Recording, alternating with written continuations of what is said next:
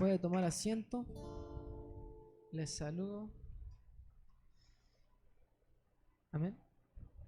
Ahí también saludo a los que están ahí a través de YouTube, los que van a estar viéndolo también en diferido, ¿cierto? Y como es de costumbre, ¿cierto? Gracias.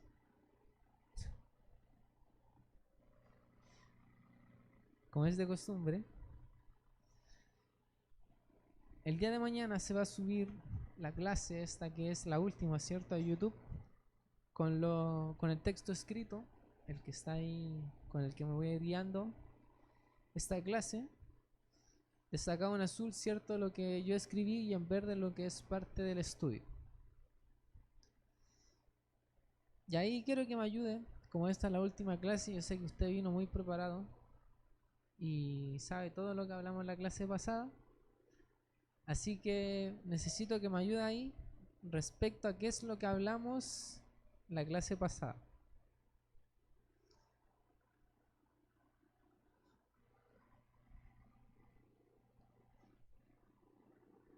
No se preocupe, hermano, no vamos a ir tarde.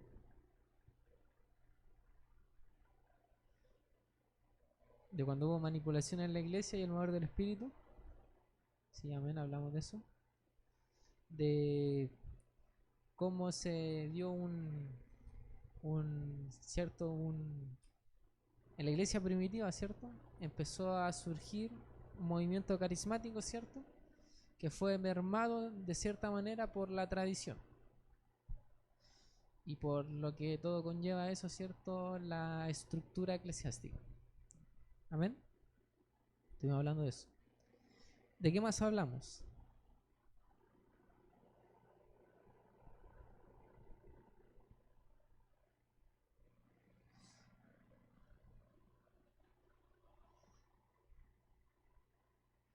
De que la doctrina del espíritu es uno de los temas más relevantes hoy en día, ¿sí? Y que todo viene, ¿cierto? Con esta, o por qué no se tocó antes, ¿cierto? El tema del Espíritu Santo o la neumatología, la doctrina del espíritu, era justamente por esto, ¿cierto? Que se había relegado o se había subestimado, ¿cierto? La importancia que tenía el Espíritu Santo por la autoridad, ¿cierto? Por puestos, como quien dice, por lo que es la sucesión apostólica, por la iglesia. Amén. Y, ¿cierto? También hablamos de que una de las cosas que tenemos que considerar o que es importante en este asunto es que había una, o que más bien el Espíritu Santo es aquel vínculo, ¿cierto? El vínculo de amor que es donde deben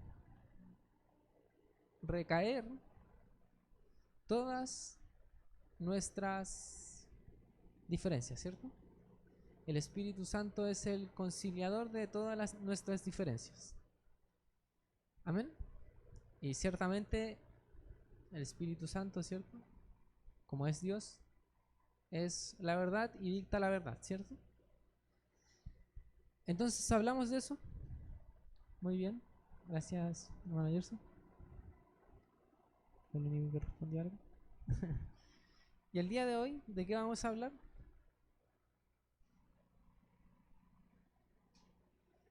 ¿Ah? No, no, justo hoy día no existe ese tema. Porque como que ya lo introdujimos un poco, pero vamos a hablar de escatología, ¿cierto?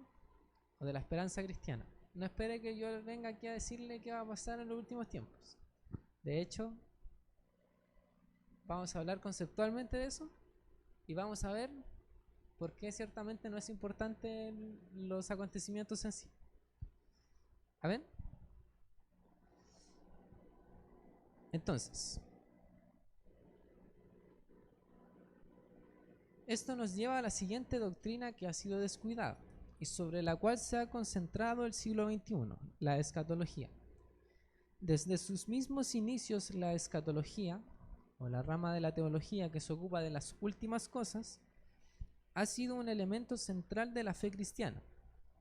El mismo Jesús anunció las buenas nuevas del reino de Dios y mucho de su predicación fue escatológica. El principal punto de desacuerdo entre los judíos que se convirtieron en cristianos y los que no fue si Jesús era o no el cumplimiento de la esperanza de Israel. En otras palabras, si su vida, muerte y resurrección eran o no acontecimientos escatológicos.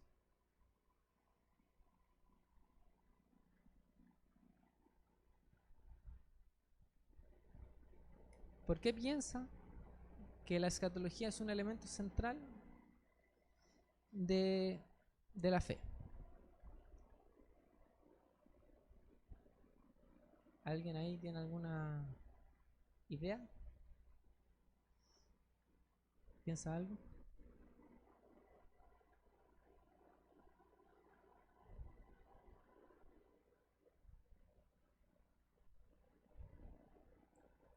¿Es lo que llegaríamos a vivir después de creer? ¿Es la doctrina de la resurrección? Amén.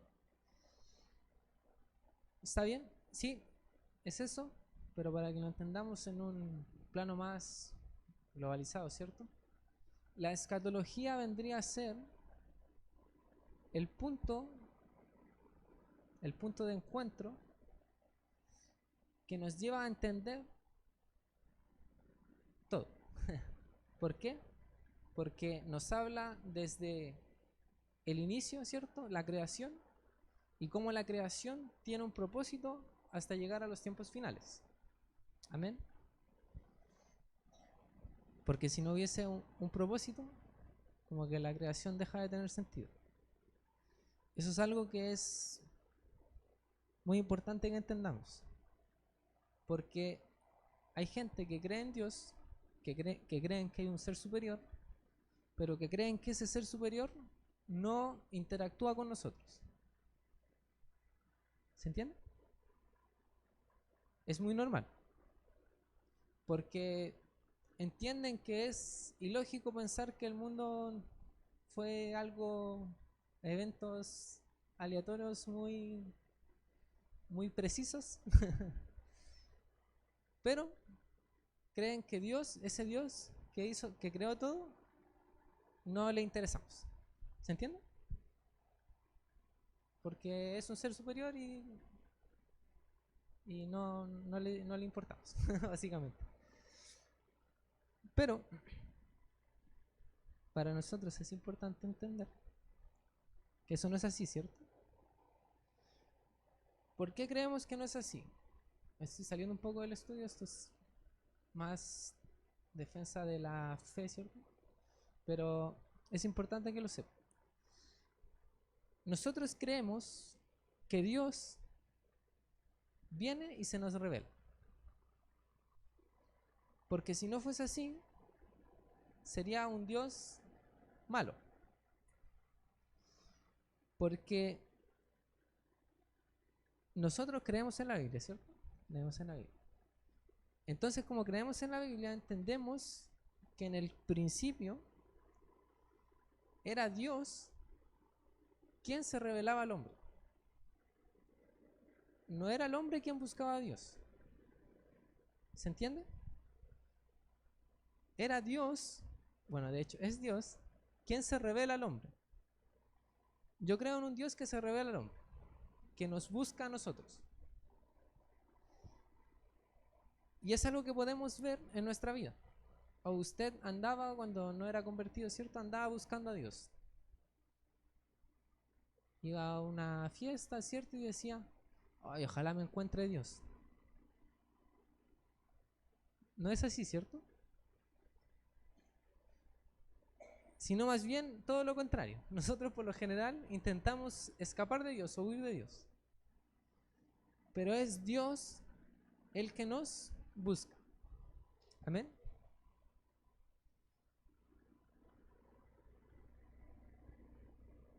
Eso es Me salió un poco del estudio, pero es importante que lo sepamos o que lo tengamos claro.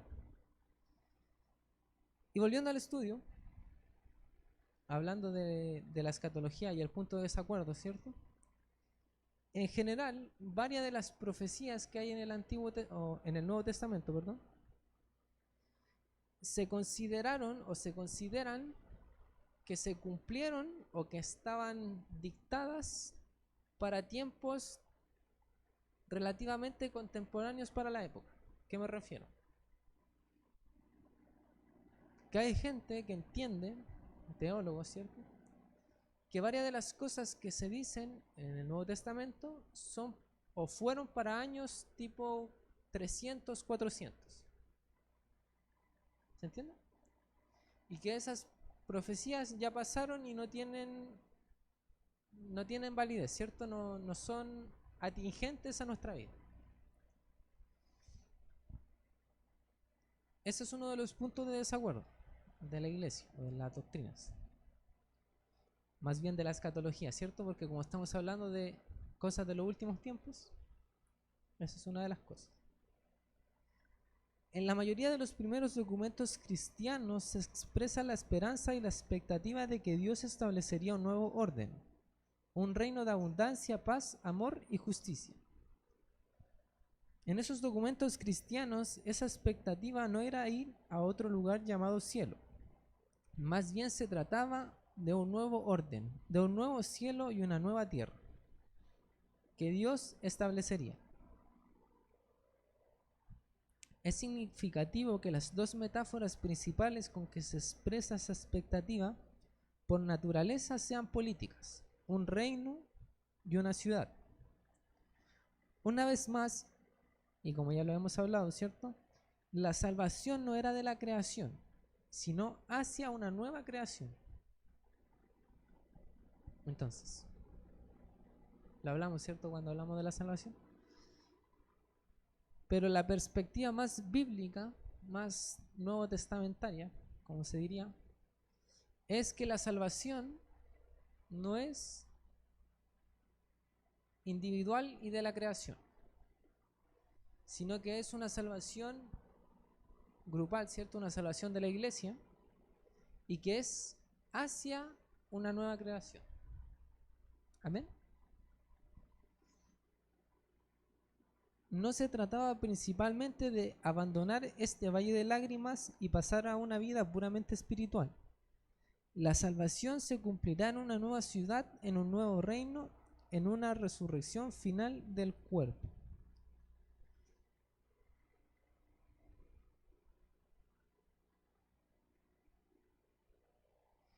Y aquí, ¿cierto?, podemos ver, entender que esa esperanza que tenemos era la esperanza, o es la esperanza más bien, de que tenemos, ¿cierto?, un Dios creador que no nos abandona. Porque si nosotros ciertamente fuésemos no importantes para Dios, ciertamente Él no nos hubiese ofrecido salvación. ¿Se entiende? Y no estoy hablando en importancia de que ahora somos muy importantes para Dios o que Dios pueda vivir sin nosotros. Amén, no estoy diciendo eso.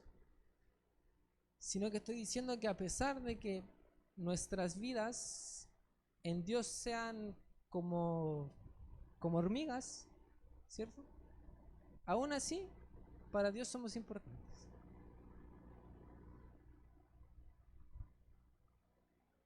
Aunque los cristianos no se lanzaron a subvertir ni derrocar al Estado, de hecho existía un elemento subversivo en esa esperanza escatológica. Anunciar que se esperaba otro reino era algo que no le caía muy bien a los reyes o emperadores de ese entonces. Roma se consideraba la gran civilizadora de la cuenca del Mediterráneo y se enorgullecía por la paz que había traído a la región. Había establecido un sistema de leyes que le parecía ser eminentemente justo, aunque se basaba en derechos, privilegios y discriminaciones que hoy nos parecen muy injustas. El emperador decía haber recibido su autoridad de los dioses y al morir también se esperaba que se convirtiera en un dios. Ahora bien, de un lejano rincón de ese vasto reino surgió un grupo de soñadores fanáticos que no solamente decían que había un solo Dios, sino que también que ese Dios iba a traer un nuevo orden, un nuevo reino, un nuevo estado. Porque ese es el significado de polis, que se traduce como ciudad, ¿cierto?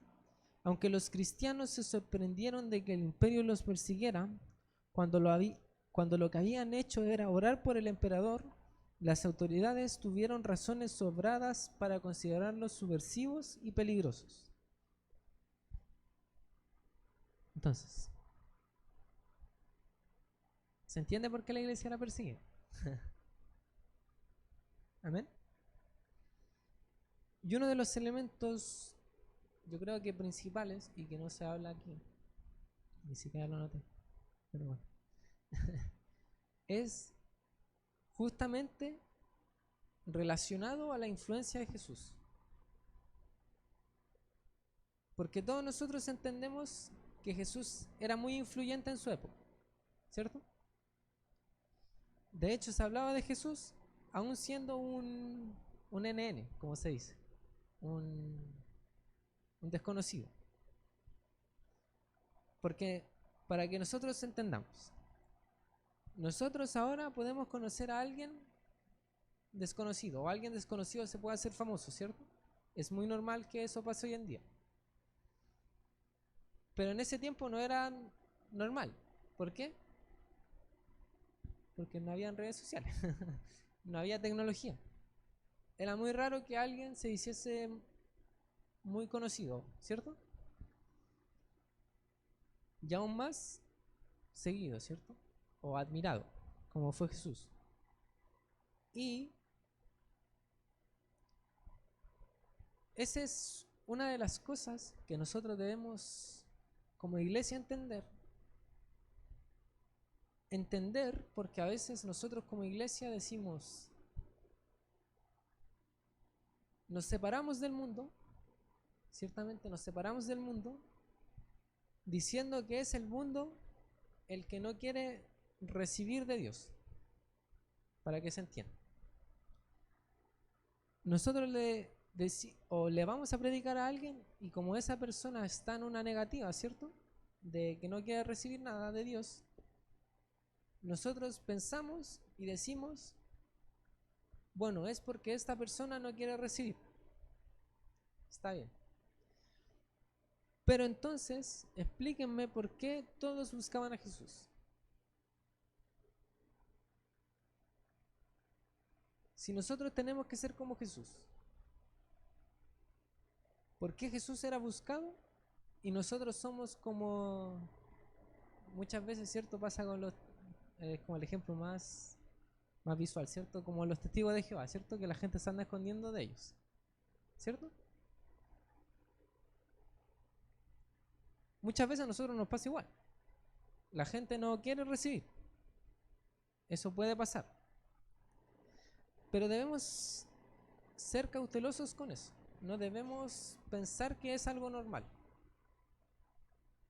Porque si fuese normal, a Jesús le hubiese pasado mucho. Muy seguido. En cambio a Jesús lo que le pasaba era que lo andaban persiguiendo. Andaban buscando de él. Porque él era distinto. ¿Cierto? Era una respuesta a la necesidad de la gente. De la sociedad, ¿cierto? Entonces eso, para que lo tenga en su corazón. Entonces en ese tiempo, ¿cierto? No existían las tecnologías actuales. Esto quiere decir que los emperadores o los reyes, ¿cierto? Tenían mucho poder sobre la población. ¿Por qué cree que ya no hay emperadores ni reyes? O si los hay, ¿cierto? Son muy pocos. ¿Por qué cree que pasa eso? ¿O pasó eso? Por los abusos. Porque hubo la gente con poder, todos nosotros, toda la gente con poder, en general, 99,9%, se corrompe. Es normal. ¿Por qué? Porque no tenemos o no hay, como quien dice, no hay incentivos a hacer las cosas bien.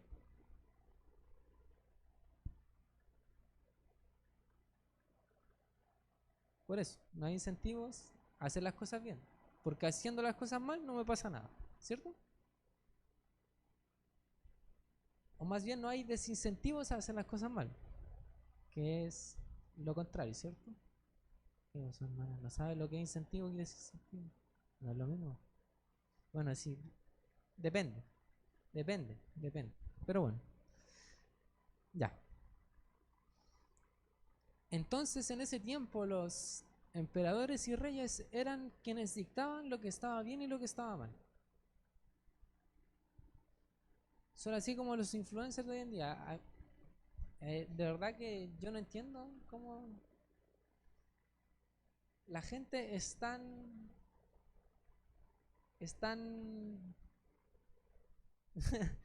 como se dice, tan influenciable. Esa es la palabra. La gente es muy influenciable. Hablando de gente en general. La gente es muy influenciable. Porque tienen un referente, ¿cierto? Y básicamente todo lo que diga ese referente, para ellos está bien. ¿Sabe por qué pasa eso? Primero porque la población no tiene identidad. Y si la población no tiene identidad, se identifican con alguien y piensan que ese alguien es el mismo. Y como ese alguien es el mismo, él no puede atacarse a él mismo, ¿cierto? Entonces, sea cuidadoso con eso. Todo cambió cuando el imperio se hizo cristiano. Algunos creyentes consideraron a Constantino como el nuevo David que estaba estableciendo el reino de Dios. Muchos comenzaron a objetar el libro de Apocalipsis por sus declaraciones negativas sobre Roma. La expectativa escatológica de un nuevo reino de Dios que vendría a sustituir todos los regímenes humanos muy pronto fue transformada en la esperanza de que el alma fuera al cielo. En vez de concentrarse en el futuro de todo el orden creado, un nuevo cielo y una nueva tierra, la esperanza cristiana pronto comenzó a concentrarse en el futuro de las almas individuales. De hecho, debería haberle hecho esta pregunta antes. Bueno. Cuando yo le hablo de escatología, ¿usted en qué piensa? En el Apocalipsis, ¿cierto? ¿Y qué piensa del Apocalipsis? Que va a haber un juicio, ¿cierto? Y que su esperanza es salvarse, ¿cierto? Ojalá no pasar por todo eso. Pero nunca hablamos o nunca pensamos en que la escatología en verdad es el establecer el reino de Jesús. Porque finalmente eso es lo que va a pasar, ¿cierto? Como después de todo, ¿cierto? Finalmente vamos a reinar, ¿cierto? Con Jesús. Entonces, ¿por qué pasa esto? Porque hubo una transición respecto a cómo se ve la escatología. Dado que esto era muy similar a lo que la mayoría del mundo helenista entendía por salvación, y puesto que esta noción ya se había comenzado a intrometer en la perspectiva cristiana de la salvación. Eso lo hablamos cuando hablamos de la tradición. Ese fue un cambio casi imperceptible. Durante toda la Edad Media, aunque ocasionalmente se mencionó el venidero reino de Dios, toda la vida y devoción cristiana se concentró en la continuación de la vida del alma en un mundo que estaba más allá de la materia.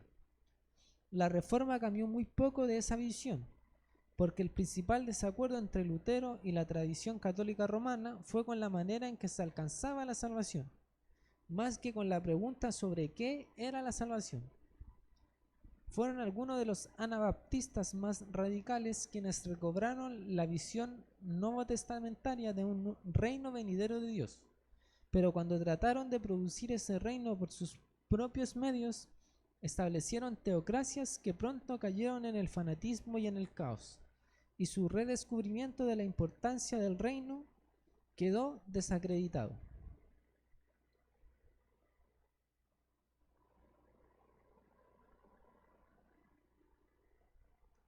Ya, como 30.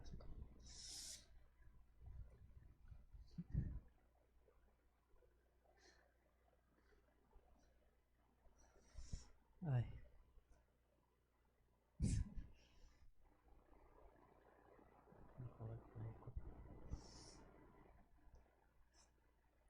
Dado esto, poco se había pensado, ¿cierto?, de qué era la salvación realmente.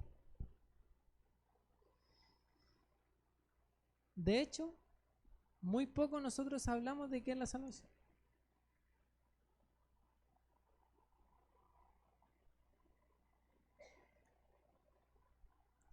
¿Quién de acá algún día se ha puesto a hablar de qué es la salvación?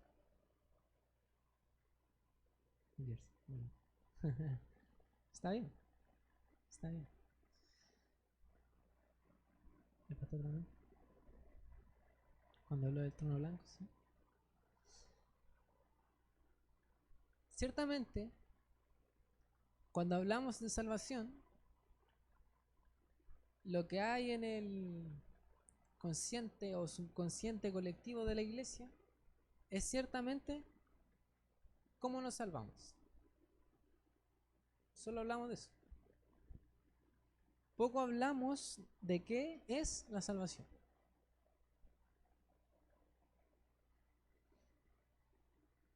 Y normalmente esa salvación se ve como algo, como una salvación individual, ¿cierto? Lo hemos hablado y vuelto a hablar. Y que está enfocada en la preservación del alma, ¿cierto? En un reino, en el reino de Dios. Es decir, una salvación del juicio eterno.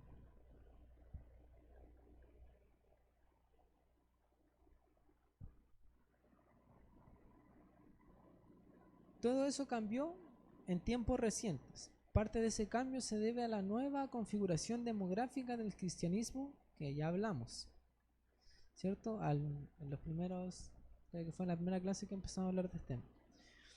Hoy día la mayoría de los cristianos viven en las naciones más pobres del mundo y tienen pocas razones para esperar algo del orden presente.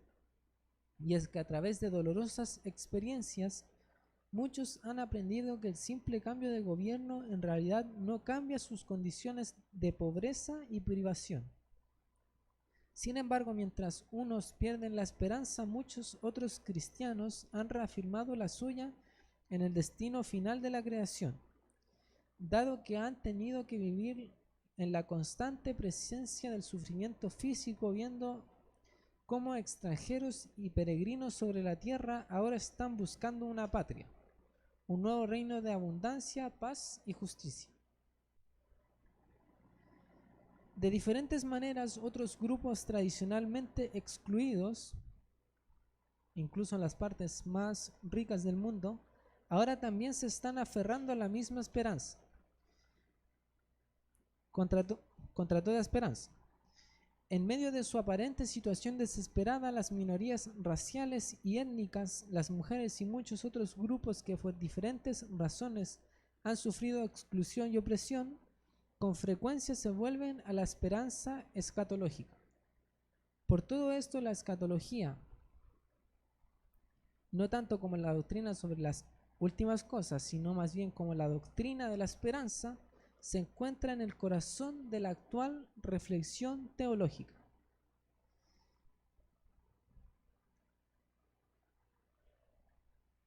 Y aquí es donde yo le quiero decir, ciertamente es poco relevante, entre comillas poco relevante, es poco relevante cuáles son los hechos concretos que van a suceder en los últimos tiempos. Puesto que lo principal que debemos ver y entender es tener la certeza en la esperanza que tenemos de un nuevo reino, ¿cierto? Y tener esa certeza está relacionado con lo otro que estamos hablando, que es,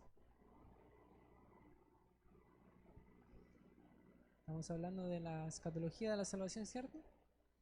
¿Y cuál es la garantía de eso? De nuestra salvación. El Espíritu Santo.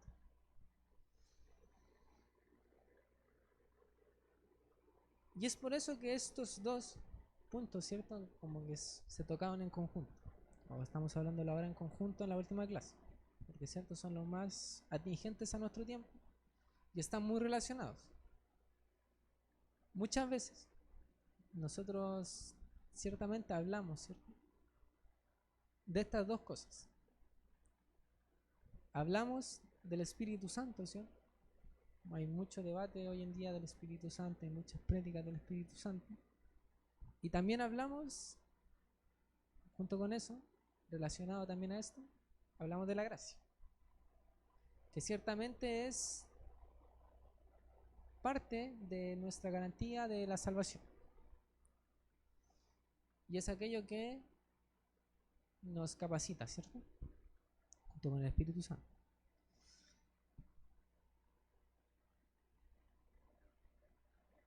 Ciertamente, si hay más o menos guerra en ese fin escatológico, ¿cierto?, poco es importante para nosotros.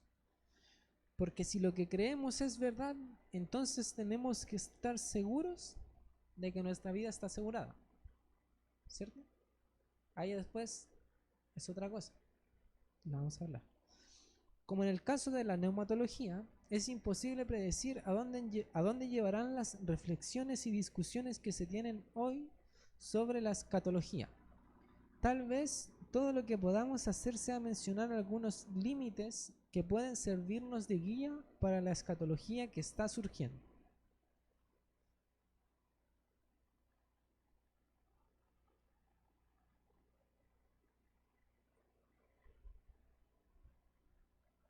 Son solo 4, no son números.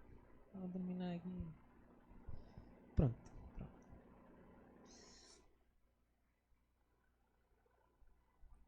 Primero, la escatología que está surgiendo, una vez más, afirmará la continuidad entre la creación y la redención y su plena realización. El nuevo cielo y la nueva tierra serán la obra del mismo Dios que también hizo el primer cielo y la primer tierra. La escatología no ha de ser una negación de la creación, sino más bien su afirmación, pero la afirmación de una creación liberada de su esclavitud al pecado y la corrupción. Solo con eso podría hablar mucho rato. Pero no hay que extenderse mucho. Es algo que hablamos recién, ¿sí? Ciertamente la escatología viene a ser el punto final, ¿cierto? Pero ese punto final debe ser la afirmación de una creación de Dios y de una redención de Dios, ¿cierto?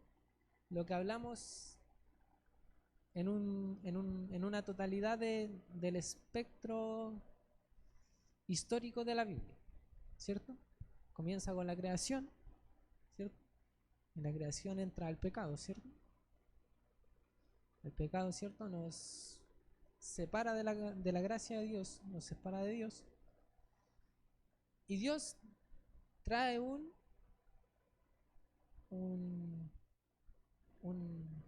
antes de eso, trae un parche, ¿cierto?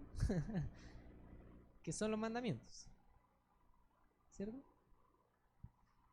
Y los mandamientos ciertamente son, como quien dice, la redención de aquellos que no vieron a Jesús. Porque si no, podríamos pensar que antes de Jesús no se salvó nadie, cuando eso no tendría sentido hablando de la Biblia. Si la misma Biblia dice que gente del Antiguo Testamento se salvó. Entonces ciertamente esa guía era como un demo de la gracia. Amén. Luego viene, ¿cierto?, la redención a través de Jesús, ¿cierto?, su obra redentora, su muerte y resurrección. Y esa viene ahí, nos capacita, ¿cierto?, nos da la gracia, nos hace justos, ¿cierto? Y en eso, ¿cierto?, también nosotros tenemos, junto con eso, un legado, no un legado, es una tarea, ¿cierto? ¿Cuál es la tarea? Ir y hacer discípulos.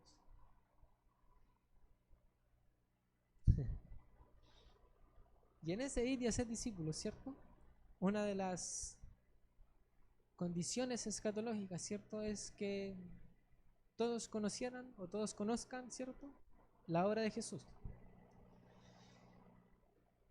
Y por lo tanto, la escatología, o una de las cosas que debe reflejar una escatología sana, aquí no estamos definiendo aún lo que es escatología, porque se sigue hablando, pero una de las cosas importantes hablando de escatología es que incluya todo eso. Esa esperanza, ¿cierto? La esperanza de que hay un Dios que no nos abandonó, de que es el mismo Dios que nos creó, que nos dio una redención, que nos dio una nueva oportunidad, y que en base a eso se hizo una nueva creación, un nuevo reino. Amén.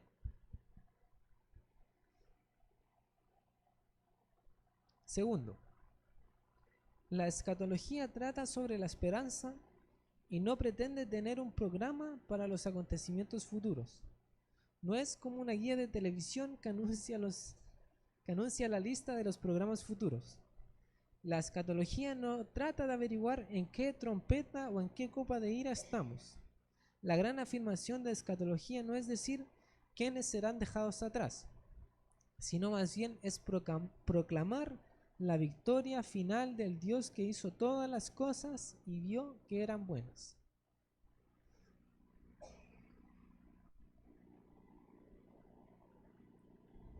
Eso es muy importante, porque nosotros, ¿cierto?, como estamos acostumbrados a ver historias falsas, ¿qué quiero decir con eso? Estamos acostumbrados a ver series, ¿cierto? Las series son historias falsas, son imaginación, en gran mayoría, ¿cierto? Puede que a alguien le haya pasado justo lo que le pasó al de la comedia, pero en general son historias inventadas, ¿cierto? Porque a todos les pasa lo mismo, además, pero ya es otra cosa. Como tenemos esa tendencia, o es algo normal en nuestro medio, muchas veces llevamos eso a esos tiempos finales. Como que queremos pretender que nos digan, ya, ¿qué va a pasar ahora? Hoy hay, ¿y en qué trompeta estamos? Hoy hay, ¿y cuándo va a pasar? ¿O qué va a pasar si me quedo? Uy, ¿y cuántos años tenemos acá para salvarnos de nuevo? Es muy, es muy común que pase eso, porque nuestro medio está muy aclimatado de esa manera. ¿Amén? Entonces la escatología no pretende eso. No pretende decirle, ya va a pasar esto, va a pasar esto, va a pasar esto y va a pasar esto. Porque déjeme decirle, el Apocalipsis es muy interpretativo. Puede ser interpretado de muchas maneras. Y puede que unas cosas sean más o menos lo que vaya a pasar. Amén. Porque no todas pueden ser ciertas. Amén. Eso no quiere decir que caigamos, ¿cierto?, en levantarnos en contra de la gente que habla del tema. Ciertamente puede dejarnos muchas enseñanzas hablar de esos tiempos. Amén. Tercero, la escatología tampoco trata sobre cómo podemos traer el reino de Dios a esta tierra. Aquí tanto conservadores como liberales han errado. Los liberales porque creen que ellos han de traer el reino de Dios mediante el progreso social, y los conservadores porque creen que Dios está esperando que cumplamos ciertos requisitos. Ahí hay muchos requisitos, pero bueno. Antes de traer el reino de Dios.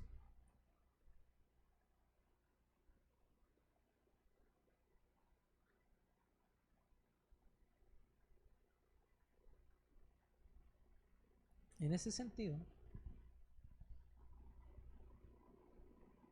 para que se entienda, la escatología debe ser entendida, o al menos esto yo personalmente se lo voy a decir, debe ser entendida en un contexto de que el reino de Dios ya está acá. Ciertamente va a haber una manifestación plena del reino de Dios en el final de los tiempos, pero ciertamente también el reino de Dios ya está acá.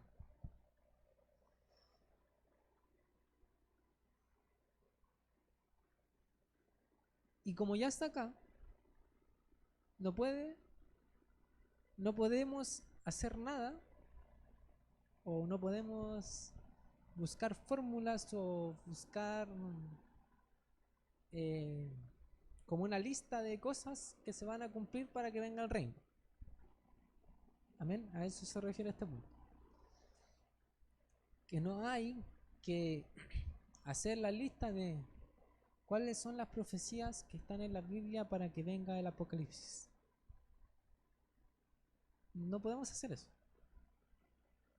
Porque ciertamente la Biblia dice, nadie conoce el día ni la hora. Nadie lo conoce, solamente Él.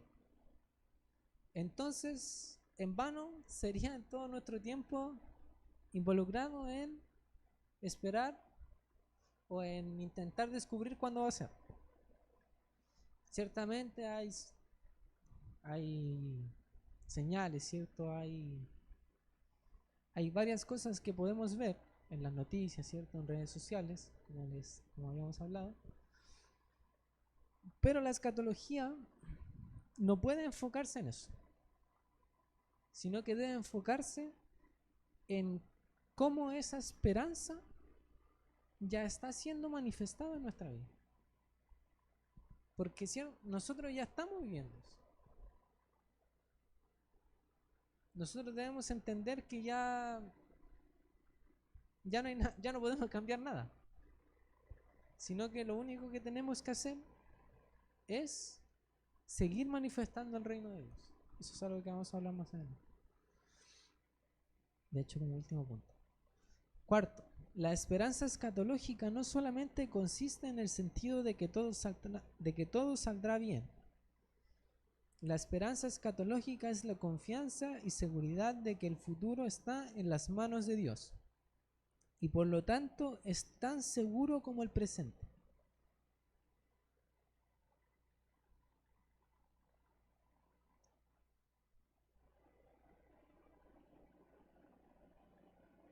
Ah, eran 5. Dije que eran 4, son 5. Quinto. No, este de aquí. El último. Quinto. Y de importancia primordial. Es el hecho de que la escatología trata sobre ese tipo de esperanza que le da forma a la vida presente. No se trata de una esperanza pasiva como cuando uno se sienta a esperar que algo suceda. Es una esperanza activa como cuando nos preparamos por un futuro que sabemos que ha de venir.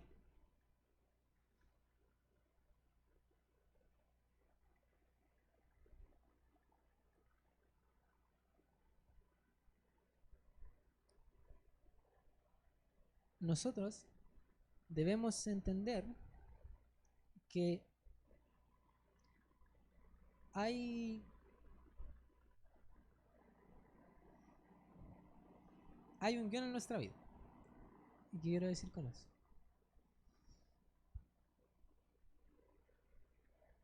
Hay ciertas perspectivas respecto a cómo Dios es omnisciente. y cómo Dios es omnisciente y nosotros podemos tener libre albedrío. Hay una perspectiva que habla de eso y que está relacionada en que Dios es tan omnisciente que Dios sabe qué va a pasar si nosotros hacemos A, hacemos B, hacemos C o hacemos D. ¿Se entiende? Esa es como una de las maneras de entender o de, ¿cómo se dice? De interpretar, de conciliar la perspectiva de que Dios sabe todo y de que nosotros tenemos libre albedrío. Porque si Dios sabe todo y no tenemos opción, como que no hay libre albedrío, ¿cierto? Porque va a pasar sí o sí. Sería como un libre albedrío falso, ¿cierto? Ya, pero bueno. Entonces, es importante para nosotros entender que debemos de tener o debemos de tener buenas obras, de practicar buenas obras. ¿Y por qué lo digo de esa manera? Porque hay un concepto en la gracia, que concilia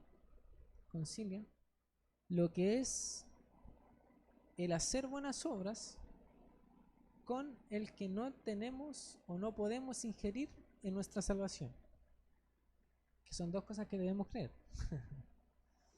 Nosotros debemos creer que no podemos ser salvos por buenas obras, porque si no estaríamos siendo salvos por nuestros méritos, y también debemos entender que no podemos ser salvos solo por Dios, porque si no sería culpa de Dios si yo no me salvo. ¿Se entiende? Entonces, hay una forma de conciliar eso. Estoy usando mucho esa palabra, pero la palabra más adecuada. Y es que la gracia, ¿cierto? La gracia es aquella gracia que nos capacita a realizar aquellas buenas obras. ¿Qué quiero decir con eso? Cuando estaban en el Antiguo Testamento, la gente del Antiguo Testamento, la gente era salva. Había gente que se salvaba y había gente que no se salvaba. Esa gente tenía una condición que era limitada, que eran los mandamientos. ¿Está bien? Sin embargo, cuando nosotros hablamos de la gracia no viene a eliminar los mandamientos, sino que la gracia viene a extenderlos. Muchas veces la gente dice, o la gente piensa que la gracia es que nos redime de todo. Ya, aquí podemos hacer lo que queramos. No es así. La gracia es aún más exigente que los mandamientos, porque nos da un elemento que aquellas personas no tenían, que es ciertamente el Espíritu Santo.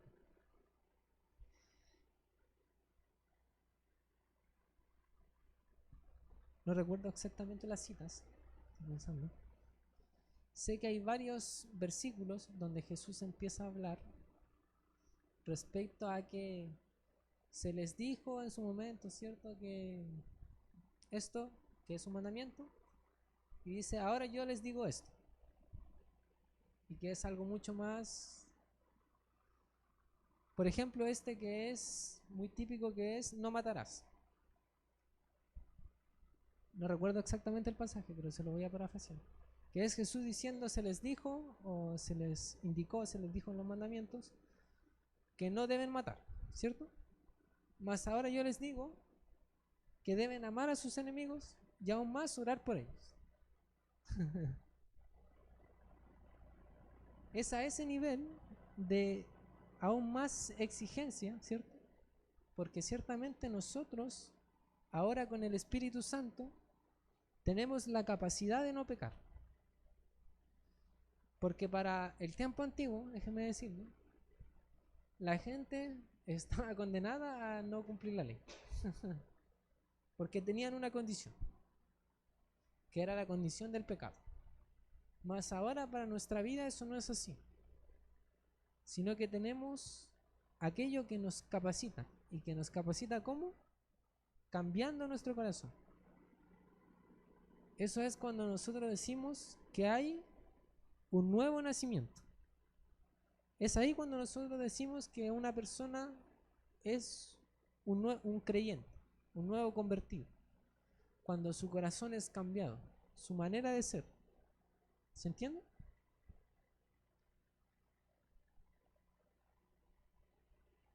Mateo 5:43.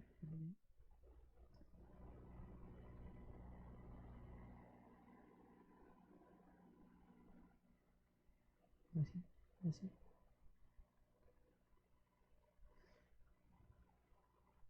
Esto. Oísteis que fue dicho: amarás a tu prójimo y aborrecerás a tu enemigo. Pero yo os digo, amad a vuestros enemigos, bendecid a los que os maldicen, haced bien a los que os aborrecen y orad por los que os ultrajan y os persiguen. Ese era uno de los versículos.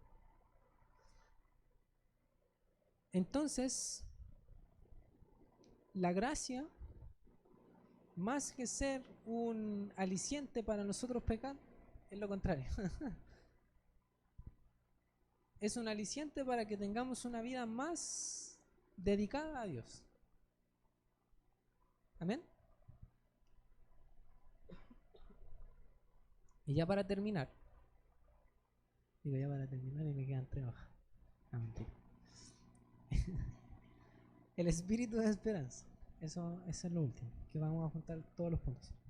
Muy corto. Estas dos doctrinas, el Espíritu Santo y la esperanza cristiana, o la escatología, se entrelazan. Calvino sostuvo que en la comunión, hablamos de la comunión, ¿cierto? El Espíritu Santo lleva a la iglesia a la presencia de Cristo en el banquete final. Hablamos de eso, ¿cierto? Una de las perspectivas de la comunión no era que Jesús venía, ¿cierto? Y cenaba con nosotros, sino que era que Dios nos llevaba al cielo. Esa es una de las perspectivas. A esto hemos de añadirle que el Espíritu Santo es la fuente y garantía de nuestra esperanza escatológica, y que a pesar de que las nuevas condiciones en que frecuentemente nos encontramos parezcan desalentadoras y hasta terribles, gracias a la presencia del Espíritu podemos enfrentar el futuro. Ese futuro que tal vez también esté lleno de debates teológicos y hasta asperezas entre los creyentes, pero que podemos enfrentar con la certeza de quienes saben que su futuro está en las manos del Dios de amor.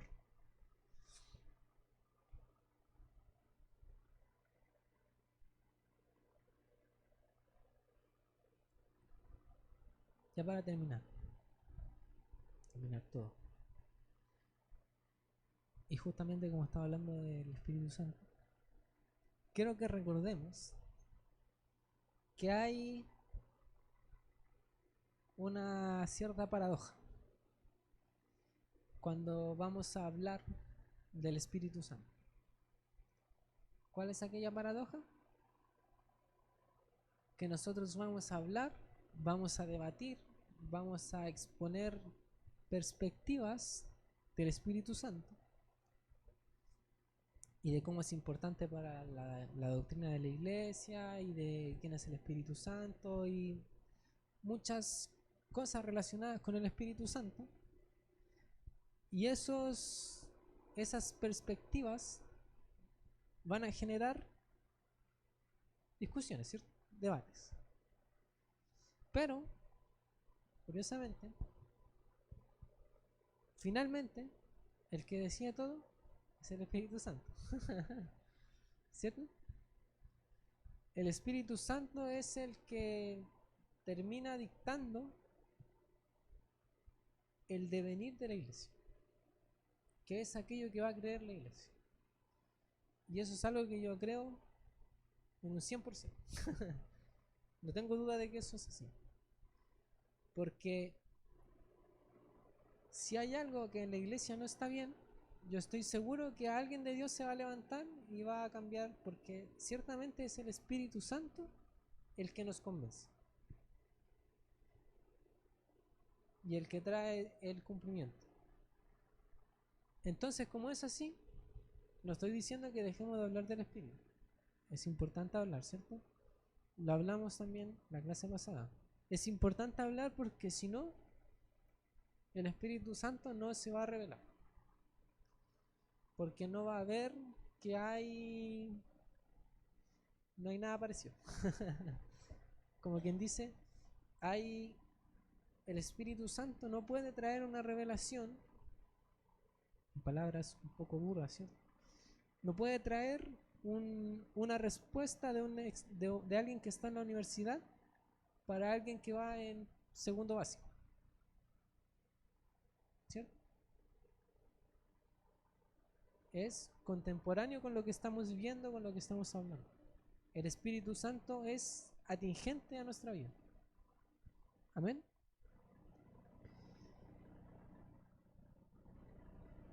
¿Alguien tiene alguna pregunta? Esa es su última pregunta, ¿no? La última pregunta, ¿no? Pregunta, pregunta. No, yo sé.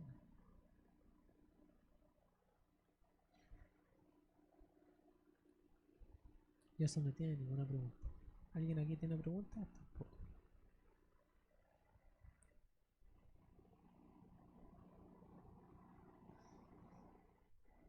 ¿No? ¿Nadie tiene preguntas? Qué bueno. Espero que mañana no me hagan ninguna pregunta. No, mentira. Es broma, broma. Puede ponerse de pie, vamos a orar.